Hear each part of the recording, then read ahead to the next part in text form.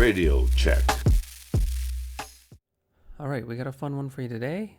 We had a chance to interview former mayor and former councillor Charles Pender. He's running this time around for councillor. This is our interview with him.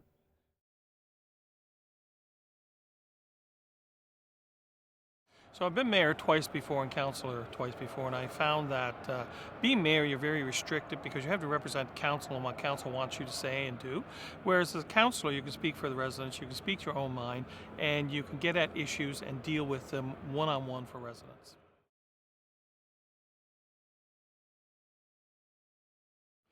Yeah, well, over the last 4 years, all I've seen really this council doing is a lot of the projects that were left on the books for them to do.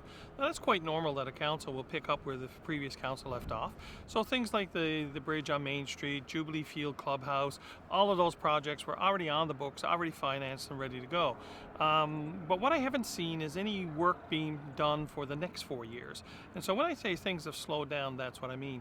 In addition to that, if you look around the city, it's pretty dirty. They're not really keeping up with the maintenance of roads and paving and things like that. So yes, just before an election, we'll see a lot of paving on main streets, but we're not seeing it on side streets. We have water line cuts that have been out there for 18 months, not done yet.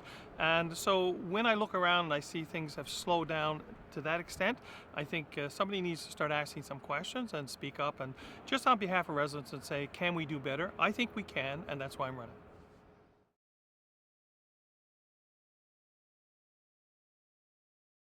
Well, obviously, right now, with respect to paving in particular, which is a big issue in Cornerbrook, the roads are a big issue.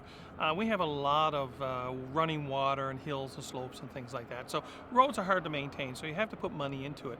What I've seen over the last 2 years is that this council has reduced $1 million or more per year out of the annual paving program. When I was mayor, we were spending $3 to $3.7 million a year. This year, council is spending $2 million on paving, and last year it was 1.6. That is hardly good enough to keep up just with the maintenance of the roads. In addition to that, there has to be money allocated for water line cuts. Where we have water line breaks, we have to repair those. Potholes are not being repaired. So those core services right there are the ones that people see every day, and they're the ones that we really need to maintain.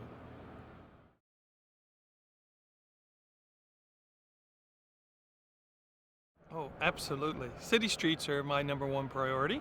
When I was mayor, before we made it our priority, we went from spending $1 or $2 million to up to $3.7 million annually.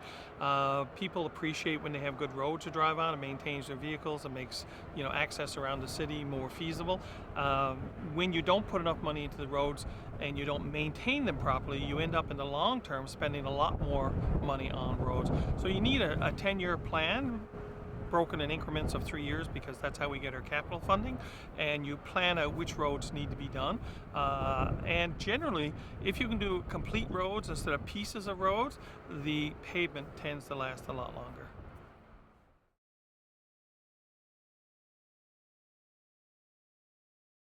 So some of the things people should be aware of are these decisions that are made in secret meetings behind closed doors.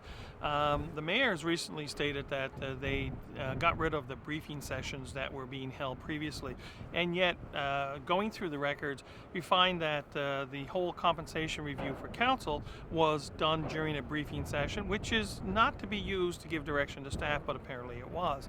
So why is that happening? Well, it's clear to me that somebody was wanting to keep this secret, and that maybe the intention was, if we keep it secret now, we can introduce it in the next council and say, oh look, the next council can now deal with this, and maybe give themselves a raise. So that's one hard question. The other one, of course, is what happened with the School of Nursing going into the annex. How did that deal come about? Up until March of 2020, the School of Nursing was going on Grenfell campus somewhere. And then all of a sudden by June, it was now going to the annex. And that deal was kept secret from the public until news leaked out, not by anybody from council, but by somebody else who had gotten wind of it. Those things should not be happening in public. Those are public buildings that belong to the community, such as the Civic Center, for instance, and that is something that people take a lot of pride in. They built it for the Canada Games, so they own it, and for a council to negotiate secretly to just or to take apart the Civic Center and put a school and nursing in it, which doesn't belong, just made no sense. So these types of secret deals, and are there any more? I don't know. But questions had to be asked to find out why council is making decisions, how they're making decisions, put it on the table for everyone to know what is going on. We work better when everyone's informed.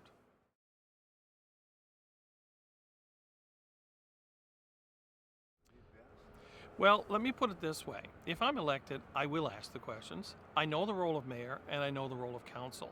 And the council directs the mayor and makes the decisions. I've been a councillor before, and I guess one of the reputations I had when I was first on council is asking questions. There is no harm in asking questions. If there's nothing to hide, which I hope there isn't, then what is the purpose of not answering or keeping information to yourself? The public elects people to be accountable to them. If you ask the questions that people have interest in, different issues that concern them, and you provide answers, then the public is informed, there's less confusion, and there's less suspicion on how government operates. We want people to be involved in the community. We want people to be involved in democracy. If we want people to participate, then we also have to provide the information that they need to make their own decisions and to judge how a council is doing. Because every 4 years, some councillors or mayors or whatever want to get reelected. Get reelected on your record of being open, transparent, and honest with the public, and you'll have no trouble getting reelected. Thanks for watching, and if there's any interviews or topics about local news or events you'd like us to cover, please comment below or send us an email. Contact us.